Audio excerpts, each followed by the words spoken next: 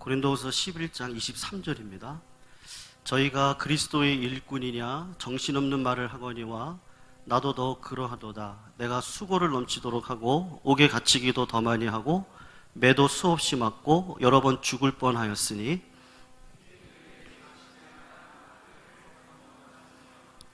세 번 태장으로 맞고 한 번 돌로 맞고 세 번 파선하는데 일주야를 기품에서 지냈으며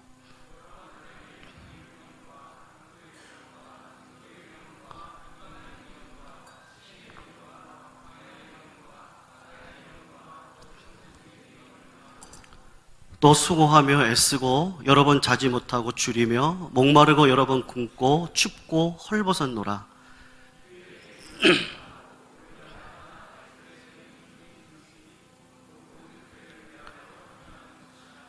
누가 약하면 내가 약하지 아니하며 누가 실족하게 되면 내가 애타하지 않더냐? 우리 같이 읽겠습니다. 주 예수의 아버지 영원히 찬송할 하나님이 나의 거짓말 아니하시는 줄을 아시느니라. 아멘.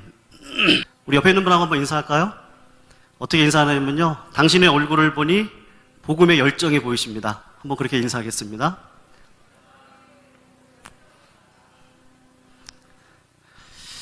식사를 안 하신 것 같아요. 다시 한번 우리 옆에 분하고 인사할 때요, 당신의 얼굴을 보니 정말 살만 납니다. 한번 그렇게 인사하겠습니다. 한 번만 더 인사하겠습니다. 예.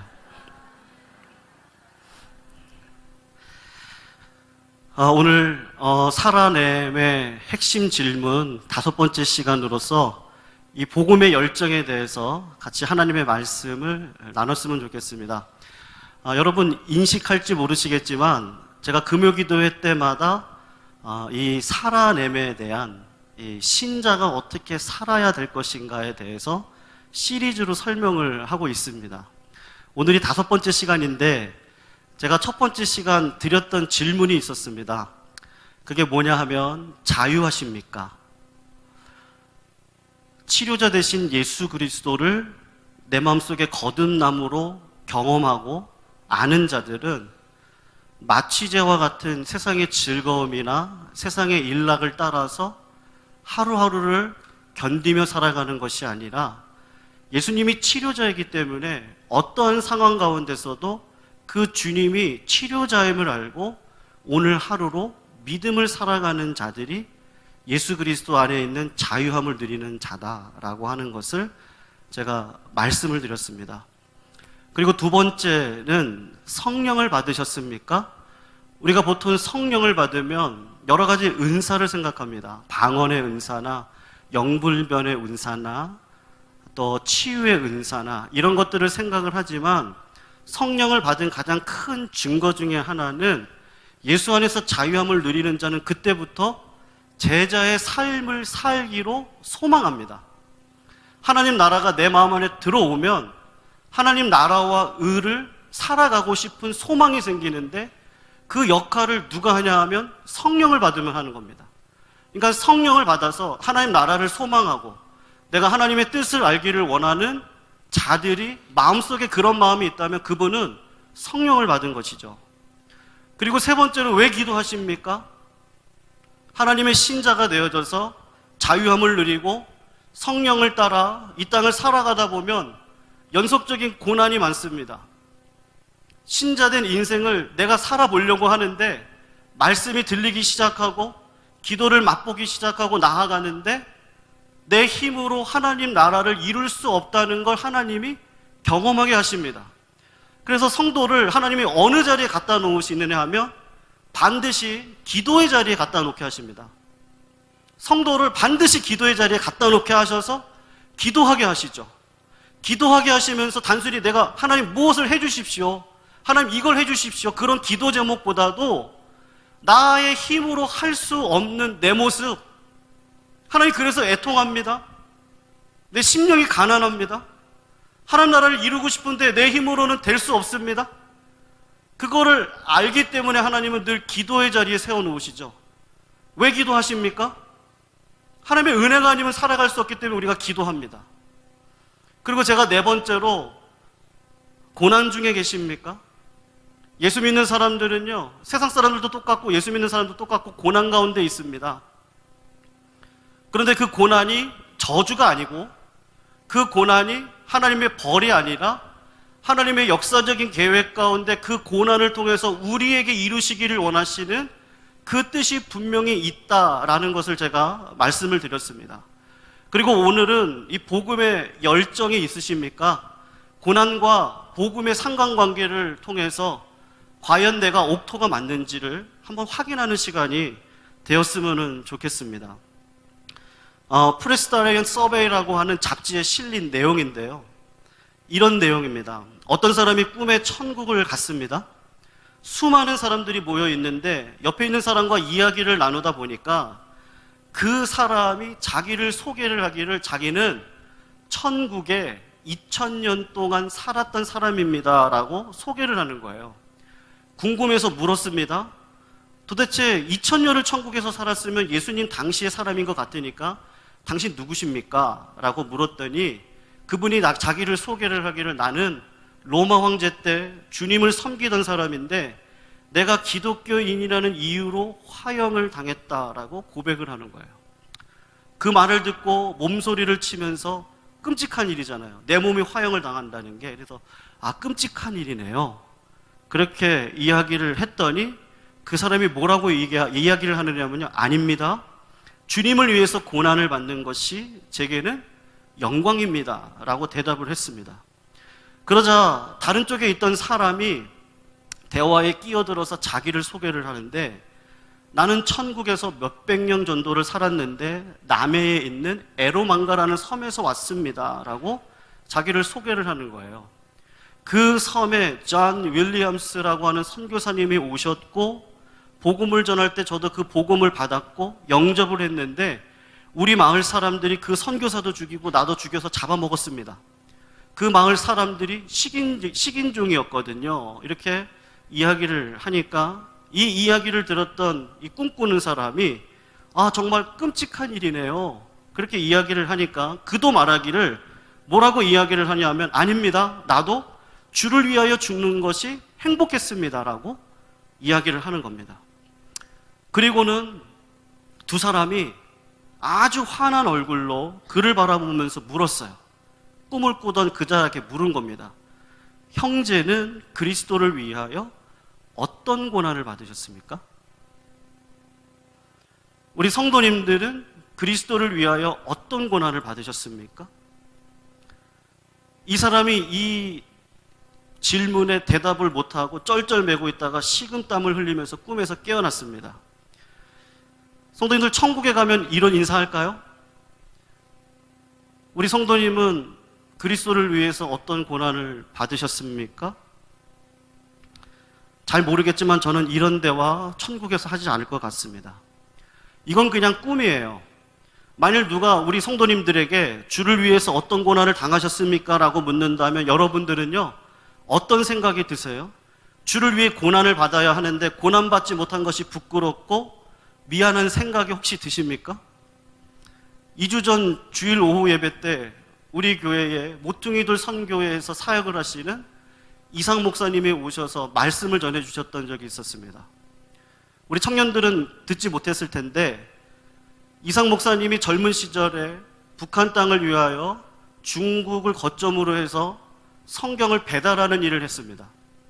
그런데 그분이 성경 배달하는 일을 하다가 중국 공안 당국에게 잡혀가지고 정말로 몸에 실오라기 하나 다 걸치지 않고 영하 20도가 되는 방 안에 들어가서 거의 두 달 동안 물고문을 당하고 전기고문을 당하고 자기의 배설물을 얼렸다가 그것을 먹기도 하고 너무 심한 고난을 당해서 이분이 자기가 누군지도 모르는 상황에서 10년 동안 하혈을 하고 그런 고난을 당했습니다.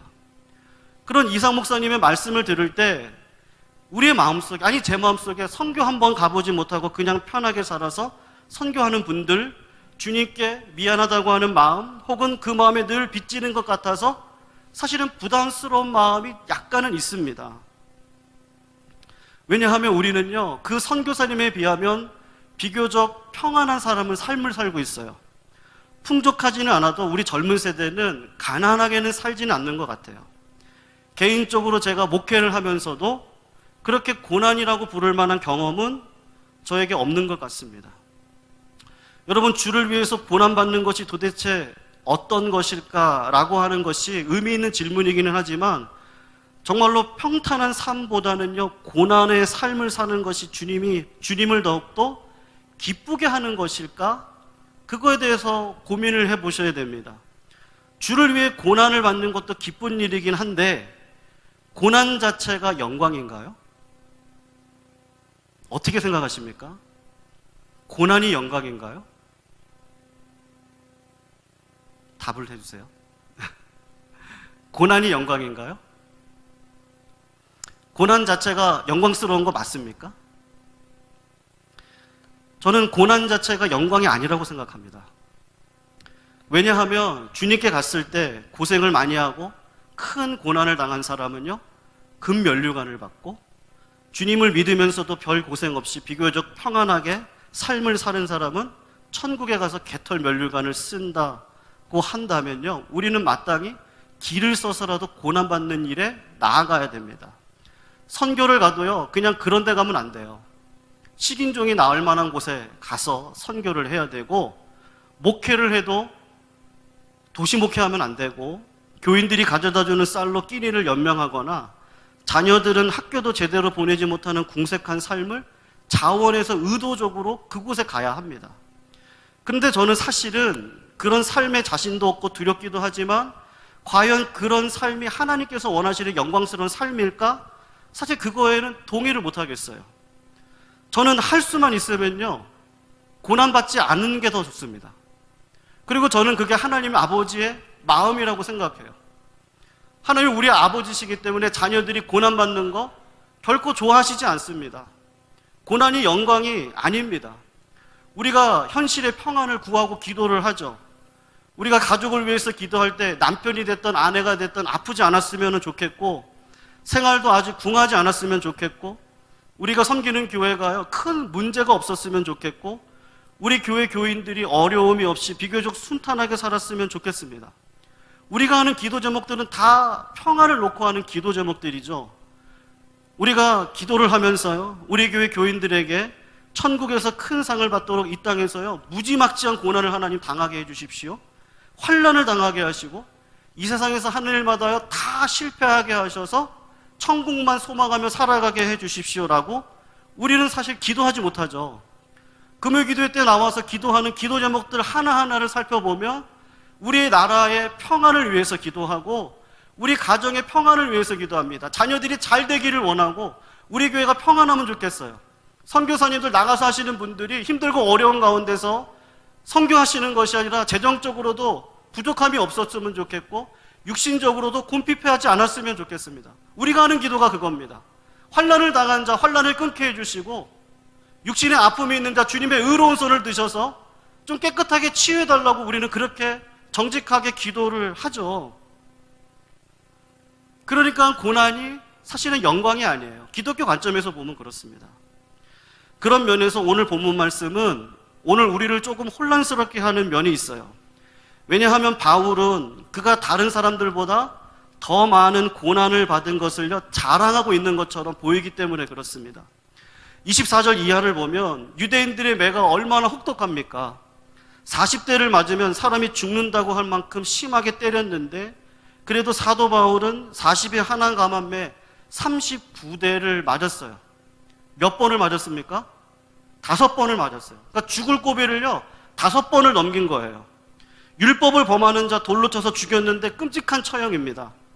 그런데 사도 바울은 수많은 사람들이 던진 돌에 맞고 돌에 묻혀서 돌무더기에 갇힌 적도 있었습니다. 전도 여행을 하다가 배가 파손되어 죽을 뻔한 고비를 3번이나 넘겼어요.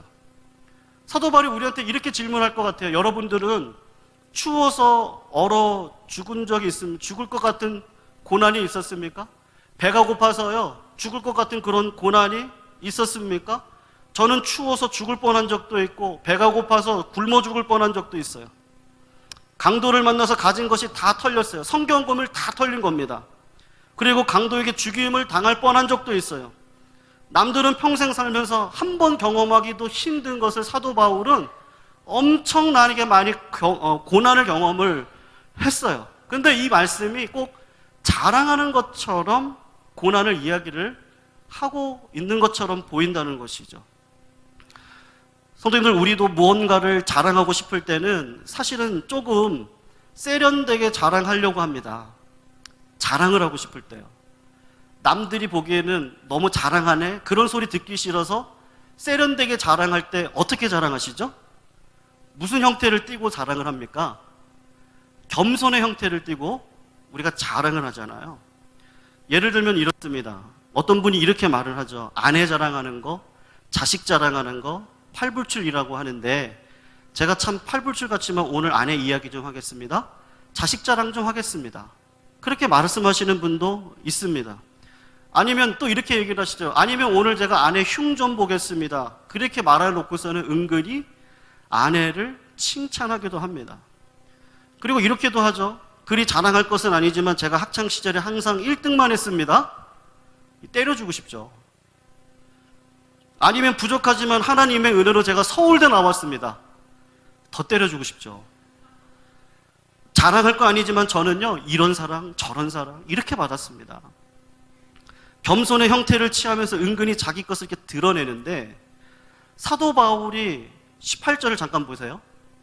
11장 18절을 보시면 뭐라고 말하고 있냐면, 여러 사람의 육체를 따라 자랑하니 나도 자랑하겠다라고 말을 하거든요. 그러니까 언뜻 듣기에는 나는 그렇게 자랑하려고 하는 마음이 없었지만 다른 사람들이 하도 자랑을 하니까 어쩔 수 없이 겸손의 형태를 취해서 나도 그런 고난을 자랑한다라는 것처럼 들린단 말입니다, 이 말씀이. 근데 사도 바울이 정말로 고난을 자랑을 하고 고난이 영광이어서 지금 자랑하고 있는 거냐 이거예요. 저는 그것이 명백하게 바울의 의도가 아니었다라고 확신을 합니다. 즉, 바울은 자신이 당한 고난을 대단한 공적으로 생각하고 있기 때문에 겸손의 형태를 취해서 은근히 자신이 받는 고난을 자랑하고 있는 게 아닙니다. 바울이 정말로 안타까워했던 것은 그 고린도 교회 교인들이요, 고난이든 영광이든 이 사람들이 사람을 외모로 취해요. 행위를 구원의 근거로 삼거나 아니면 그 행위를 보상의 근거로 삼고 있어요. 내가 이 땅에서 이렇게 고난을 많이 받는 것은 천국에 가면 나는 금면류관에 있어. 나같이 고생한 사람이 있어? 나같이 고난받은 사람이 있어? 예수 믿으면 나같이는 해야지. 저기 있는 사람을 봐봐. 그냥 평안하게 신앙생활 하는데 저 사람들 천국 가면 개털 면류관 하나 쓸 거야. 그런 생각을 하고 자랑하는 고린도 교회를 향하여서 그런 자랑은 쓸데없는 자랑이다. 고난이 영광이 아니다. 라는 것을 사도 바울이 지금 이야기를 하고 있는 겁니다. 바울은 그러니까 오히려 이런 행위들을 자기의 공적이라고 생각하지 말라는 거예요. 마치 보상의 근거가 되는 것처럼 생각하는 그 자체가 부끄러운 것이라고 사도 바울은 말하고 있는 것이죠. 그러니까 사도 바울은 내가 이렇게 많이 고난을 받았는데 이것이 내 의가 될 수 없어요. 내 의는요, 오직 예수 그리스도이십니다. 자랑을 해야 될 것은 나의 영광을 자랑하는 것도 아니고 고난을 자랑하는 것도 아니고, 그리스도인들이 자랑해야 될 것은 오직 그 예수 그리스도의 완전하심과 탁월하심만을 자랑해야 됩니다. 너희들과 같이 기탄 없이 육신의 일을 자랑을 하는데 그거 부끄러운 일이라고 지금 사도 바울이 말씀을 하고 있는 거예요. 여러분, 사도 바울은 죽음이 임박해서 그의 사랑하는 후배였고 그의 동역자였던 디모데에게 마지막 편지를 보낸 적이 있습니다. 그가 편지에서 디모데후서 1장 8절을 보면 디모데한테 뭐라고 이야기를 하느냐 하면요, 주를 위하여 갇힌 자 된 나를 부끄러워하지 말고 오직 하나님의 능력을 따라 복음과 함께 뭐를 받으라 그래요? 고난을 받으라고 말씀을 하고 있어요. 여러분, 왜 바울은 디모데에게 고난을 받으라고 그랬을까요? 고난이 영광이 아닌데요? 그렇게 죽을 고비를 많이 넘겼으면요, 사도 바울이 아들과 같은 같이 사랑하는 디모데에게 그런 고생하지 않았으면 좋겠다는 이야기를 사실은 해줄만 할 것 같아요. 저라면 디모데에게 고난받지 않는 노하우를 알려줄 것 같습니다. 제가 사역을 하면서 경험을 했던 그 고난의 현실들과 어려운 일들이 많이 있다면 저는요, 만약에 디모데가 후배라면요, 후배 목사님에게 그 고난을 피할 수 있는 길을 알려줬을 것 같아요. 배를 탈 때는 겨울에 타지 말아라. 너무 고생한다. 절대로 혼자 여행해서 위험한 일은 당하지 말아라. 고린도 후서에 보면 선교 헌금을 모아가지고 예루살렘 교회를 갈 때 혼자 그 돈 가져가지 말고 믿을 사람만 한 두세 사람을 데리고 가서 예루살렘 교회에 어떤 오해가 없도록 항상 정직하게 헌금을 대해라. 이런 말들은 유대인들에게 자극이 되는 말이니까 항상 신중하게 말하라든지 이런 것들을요, 가르쳐 줬을 것 같습니다. 그런데 왜 바울은 디모데에게 고난을 받으라고 했을까? 고난이 영광스럽기 때문이냐 하면 그렇지가 않은 것 같아요. 여러분, 불교나 이슬람은요, 고난을 영광으로 합니다. 이슬람은 금식을 통해서 성지를 갔다 와야 힘들고 어려운 사람을 도와줄 때 천국에 갈 수 있는 그 영광이 생기는 것이죠. 불교도 마찬가지죠. 고난을 통해서 득도를 하고 경지에 올라서 내가 신이 되는 것을 경험을 하는 게 불교입니다. 그런데 기독교는 오히려 정반대죠. 오히려 그런 것들을 금하고 있습니다. 바리새인들과 사두개인들, 서기관들이 일주일에 몇 번씩 금식했죠? 바리새인이 몇 번씩 금식했습니까? 2번씩 금식했습니다. 11조를 얼마 내신지 아세요? 10분의 1 낸 게 아닙니다. 구약의 율법을 따라서요, 23.3%를 냈습니다. 거기다가 근처 회양에 11조도 바리새인들은 드렸던 사람이에요. 근데 예수님과 사도 바울은 그런 자들을 공격을 하시죠. 그것을 자기 의로 알기 때문에, 고난을 자기 의로 알기 때문에 그런 것들을 금하고 있는 것입니다. 성도들, 바울은 육체를 자랑하는 것이 부끄러운 일이라는 것을요, 거듭해서 강조를 하고 있습니다. 그러니까 인생의 실패도 재물이 많은가 적은가로 결정되는 것도 아니고, 고난을 많이 받았나 적게 받았나 그걸로 신자의 삶이 결정되어지는 것도 아닙니다. 복음을 위해서 그러니까 고난을 크게 받은 사람을 부러워할 필요도 없고, 고난 없이 순탄하게 살아가시는 분들도요, 부끄러워할 필요가 없습니다. 오지에서 고생을 하다가 순교를 당한 사람들이 평범한 목회를 하신 분들보다 더 영광스러운 삶을 산 것도 아닙니다. 가난하고 약하게 사신 분들이 이 땅에서 조금 형통하고 비교적 누리며 사는 사람들보다 더 영광스러운 삶을 산 것도 아니고, 물론 그 반대로 이 세상에서 넉넉하게 사는 사람들이 축복의 삶을 사는 것도 아니고, 이 세상에서 고난을 당하는 사람들이 저주나 버림받은 자의 삶을 사는 것도 아니죠. 여러분, 바울이 디모데에게 고난을 받으라고 명하고 그의 동역자들이 고생하고 힘들어하는 것을 보면서 사도 바울이 기뻐했는데, 그것은 그들이 고난을 받아서 기뻐한 것이 아니라 그 고난이 영광이 될 것이기 때문에 기뻐한 것이 아니고, 오히려 바울이 고난 가운데 기뻐한 것은 고난을 받으면서도요, 복음을 사랑하고 믿음으로 살려고 하는 바로 이 복음의 열정, 즉 주를 사랑하는 마음 때문에 그 자리를 가고 있는 그것을 사도 바울은 기뻐했다라고 말씀하고 있습니다. 그러니까 성도님들, 하나님을 사랑하십니까? 사랑하시나요? 정말 주님 사랑하시나요? 정말 주님을 사랑하는 그 열정을 사도 바울은 기뻐한다라고 말씀을 하고 있는 것이죠. 성도님들, 저는 이미 말씀드린 것처럼 저의 삶과 사역에 고난이 없었으면 좋겠습니다. 우리 교회에도요, 시련이나 고난이 없었으면 좋겠고, 선교사님들도 죽음이나 고난 당하는 일을 당하지 않았으면 좋겠습니다. 저는 우리 교회를 섬기는 목회자 중에 한 사람으로서 우리 성도님들의 삶 가운데서 고난이 없어서 모든 일이 좀 순조롭게 풀리고 비즈니스도 좀 잘 되시고 그것이 항상 잘 되고 몸이 아픈 분들 좀 병이 낫고 모든 일들이 순조롭게 풀렸으면 정말 좋겠습니다. 그런데 안타깝고 애석하게도 우리의 삶의 현장에서요, 사역의 현장에서 고난은 필수잖아요. 왜 그렇습니까? 사랑하는 사람들이 먼저 앞서 떠나기도 합니다. 악한 대적들에 의해서 환난을 당하기도 해요.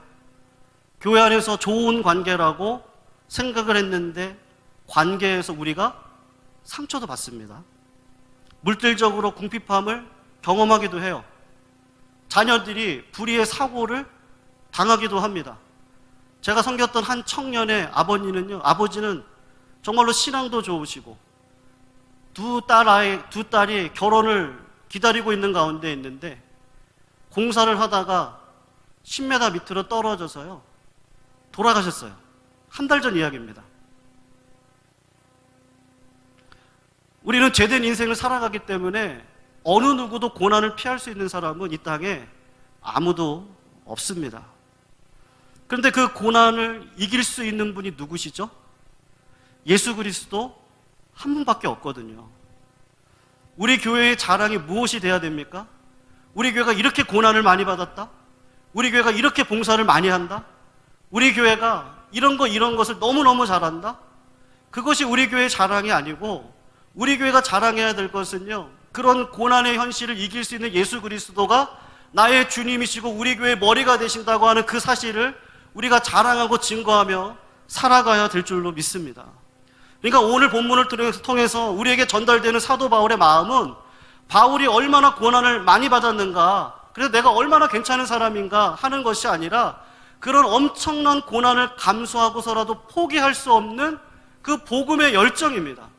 오직 그리스도만을 드러내기 위해서 고난도 기꺼이 받을 수 있는 그 그리스도를 향한 헌신을 가지고 이 땅을 살아간 사도 바울의 삶을 오늘 고린도후서 11장은 우리들에게 말씀을 해주시고 있는 것이죠. 성도님들, 스코틀랜드 장로교회에 있었던 일인데요, 18세의 소년대 마가렛 윌슨이라는 처녀에 관한 이야기를 제가 들었습니다. 영국 국교회 성공회가 우리와 같이 이런 신앙 고백을 하는 스코틀랜드 장로교회를 핍박할 때가 있었다고 그래요.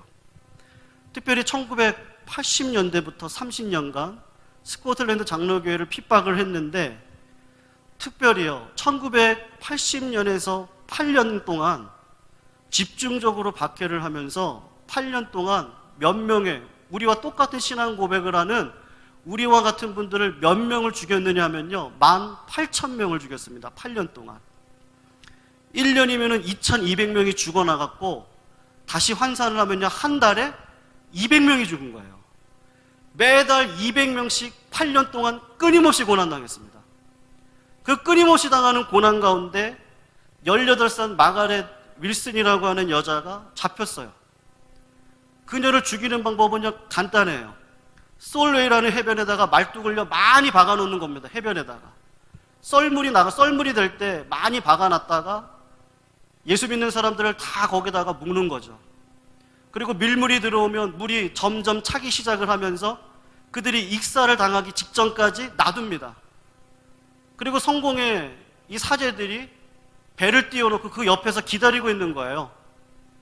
이 사람이 자기 신앙을 부인하기를 기다리고 있는 거죠. 나는 예수 그리스도를 부인합니다. 성공회를 믿겠습니다. 그렇게 부인하기를 원하는데요, 이 마가렛 윌슨이라고 하는 여자가요, 어떤 고백을 하는지 아십니까? 저는요, 어떻게 이런 고백을 할 수 있지? 사실 그런 생각이 많이 들었어요. 이 여자가 했던 고백이 시편 25편에 나오는 7절의 말씀인데요, 이 여자가 죽기 직전에 이렇게 고백을 했어요. 하나님, 내 젊은 시절의 죄와 허물을 기억하지 말아 주십시오. 주의 인자하심을 따라서 주께서 나를 기억해 주시고 주의 선하심을 따라 나를 기억해 주십시오. 그렇게 기도를 했습니다. 고난이 영광이라면요, 우리가 어떤 노래를 부르죠? 거기 그 자리에서요? 부름받아 나서니모 어디든지 가오리다. 아골골짝 빈들에도 복음 들고 가오리다. 하나님, 내가 복음을 이렇게 지키기 위해서 아골골짝 빈들에도 목숨 걸고 빚도 명예도 없이 살아갑니다. 그 찬송 부를 것 같거든요. 고난이 영광이라며. 근데 이 18살 나이 먹은 이 처녀가요, 주님 죽기 전에 했던 말이 나의 소시적 죄와 허물을 기억하지 말아 주십시오. 자기도 이해할 수 없는 찬양을 하나님 앞에 올려드렸어요. 성도님 어떻게 이런 고백을 할 수 있었을까요? 제가 한 2주간 담임 목사님을 모시고 요양원을 몇 군데 다녀온 적이 있었는데, 우리 권사님들 이제 나이가 많이 드셔서 거동을 할 수 없는 상황 가운데 치매가 걸려 계시기도 하시고, 나이가 94세신데 말도 못 알아, 무슨 말인지 못 알아듣겠고, 근데 젊은 시절에요 그렇게 예쁘셨대요.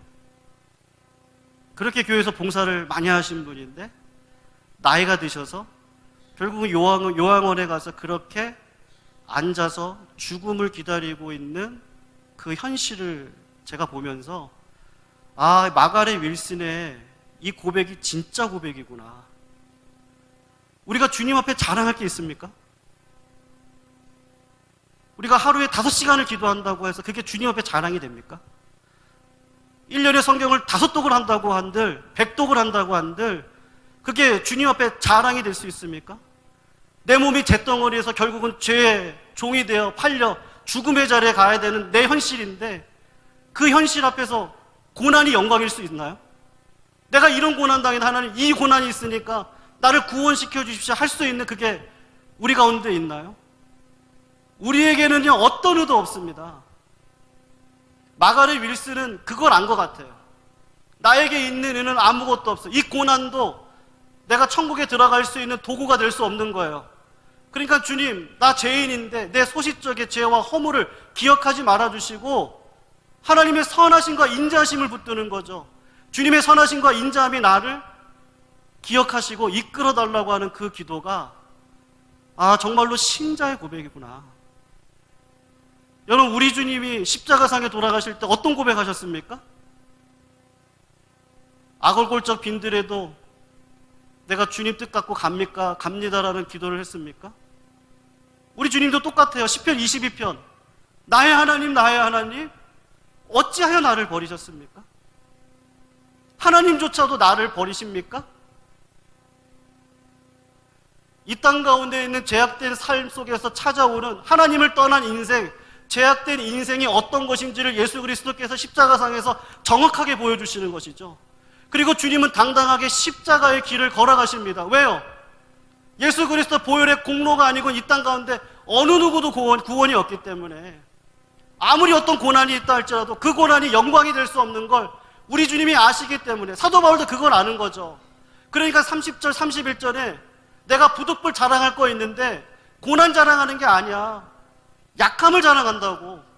31절에 뭐라고 말씀하세요? 내가 부득불 자랑할진대 나의 약한 것을 자랑하리라.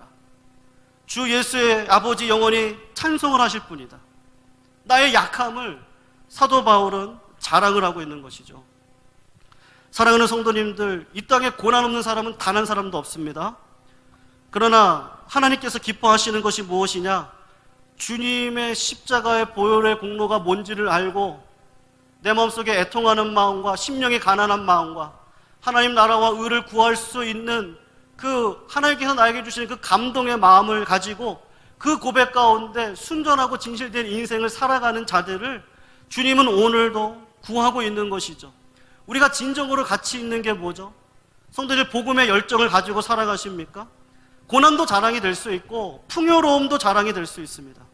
그러나 이 세상에서 살아가는 제자들인 우리는 우리들에게 가장 소중한 것이 예수 그리스도고, 그 예수 그리스도에서 생명을 얻었고, 생명을 얻었기 때문에 이제는 죄의 종으로 살아갈 수 없기 때문에 하나님의 뜻이 무엇이라고 할지라도 그게 고난의 길이면 고난의 길을 가는 것이고, 그게 풍요의 길이면 그 풍요의 길을 교만하지 않은 가운데서도 누릴 줄 아는 자가 바로 우리잖아요.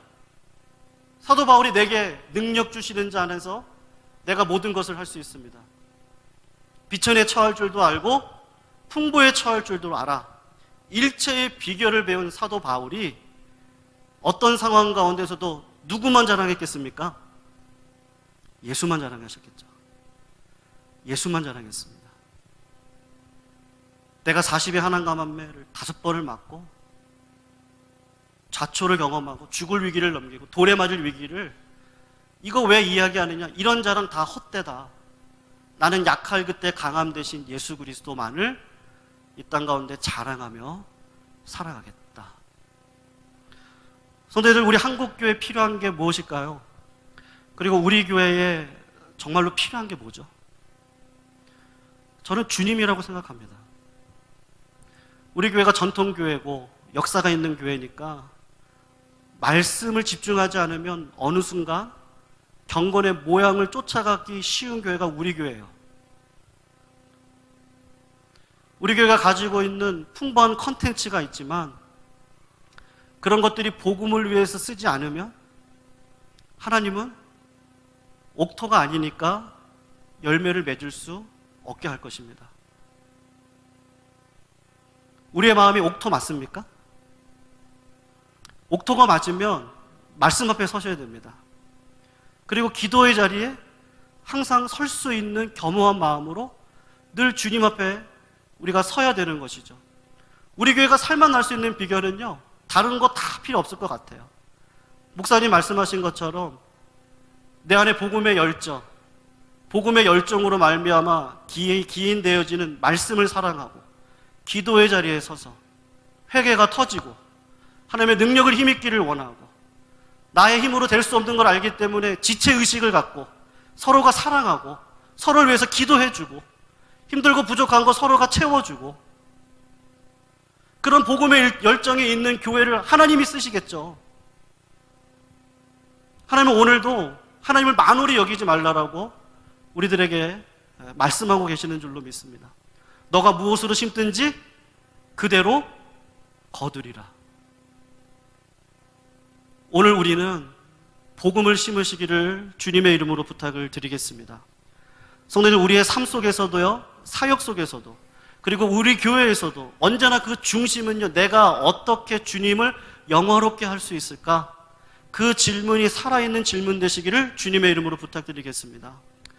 그 삶을 놓고 고난의 길을 하나님 가라고 하며 고난의 길을 갈 수 있는 풍요로운 삶 속에서도 말씀과 기도의 경건의 능력을 가지고 살아갈 수 있는 믿음의 삶을 살아갈 수 있으면 그것도 감당할 수 있는, 그래서 어느 자리에서나 하나님의 열매, 사랑과 희락과 화평과 오래 참음과 자비와 양성과 충성과 온유와 절제를 하나님 앞에 올려드릴 수 있는, 하나님은 그것을 우리들에게 요구하신다고 저는 확신합니다.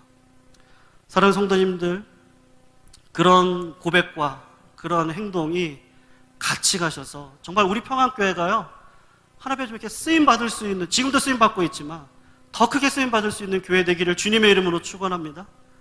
예, 그릇이 넓어져야, 넓은 그릇이 돼야 많은 사람들을 담고, 많은 사람들을 담을 때 그 영혼을 싸매고 그 영혼이 거듭나고 가정이 화목해지고 기도 응답이 있고요, 하나님의 역사하심이 드러나고 복음의 길을 걸어갈 때 하나님은 그 길을 우리들에게 인도해 주실 줄로 확신합니다. 예수 그리스도의 십자가의 사랑만 붙들고 오늘도 믿음으로 나아가시는 그런 주님의 귀한 백성들 되시기를 다시 한번 주님의 이름으로 축원하고 부탁드리겠습니다.